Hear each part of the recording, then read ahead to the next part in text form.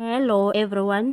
Karl Niehaus, who was expelled from the African National Congress Party and also resigned from the party, said calls for him to reconsider his decision and reverse his resignation are overwhelming and the agony with which he took the decision indescribable. Karl said in a lengthy open letter that the crux of all arguments of those who urged me to reconsider my decision to finally not proceed with the appeal against my expulsion and to resign from the ANC is that the ANC can still be changed and revert again back to being the leader of the liberation ideals of the majority of Black and especially African South Africans, and can still again become the vehicle for full liberation, especially economic liberation from white monopoly capitalism. However, Niehaus said he did not believe that was possible. He went on to say, "What I'm arguing with a deep sadness, certainly not with any joy or triumphalism, is that the erstwhile ANC that we have joined with so many ideals and high hopes no longer exist. The disastrous outcomes of the 55th National Conference unequivocally confirmed that, as I've said, is that the ANC is now finally dead and buried, and all that remains is to erect the tombstone."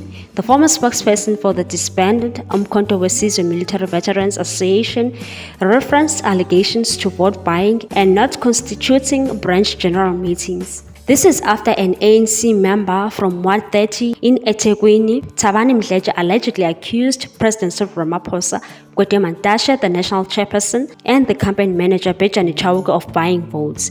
According to SABC News, Mdletshe wrote a scathing letter to ANC electoral chairperson Kgalema Motlanthe, accusing the incumbent leadership of buying votes at the conference at Nasrec. In an open letter penned by Karl Niehaus, he continued to add that these allegations were something which Gwede Mantashe acknowledged in a recent live ENCA interview.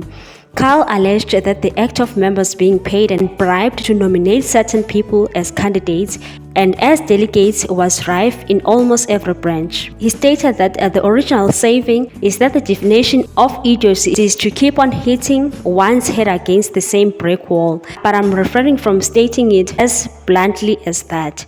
Did many of you who share the same liberation ideals not argue with me and criticize me for having insisted that the only proper position that we had to take was to totally oppose the use of money and the paying of bribes as a matter of unwavering principle? Remember the nonsensical approach that some of you took, calling on branch members to take the money, but then to do the right thing. He also said he was a victim of demands for money in exchange for branch nominations.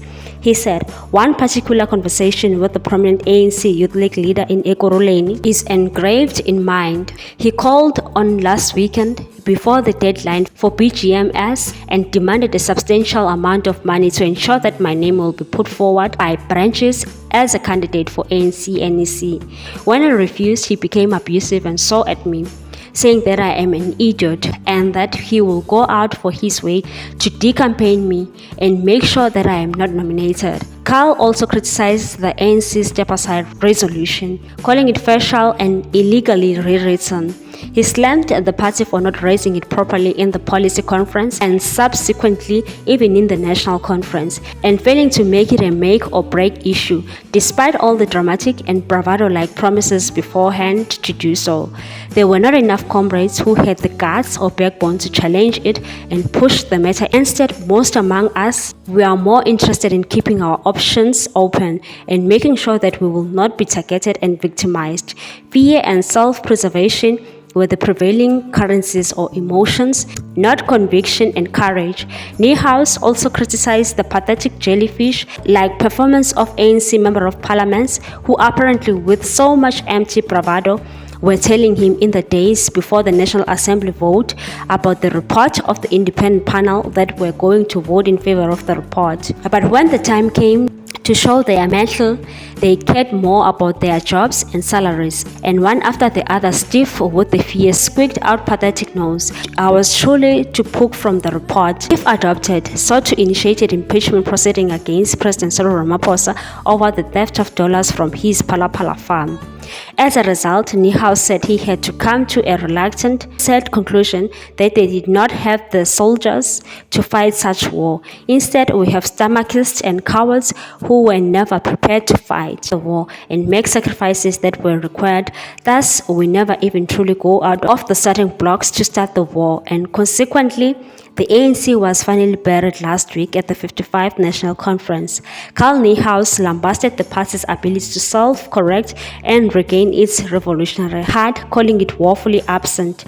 The cowardice and lack of backbone among many of those who claim to be opposed to Ramaphosa and who say that are in favor of radical economic transformation, which is still actually supposed to be the official economic policy program of the ANC, is on utter disgrace and shame.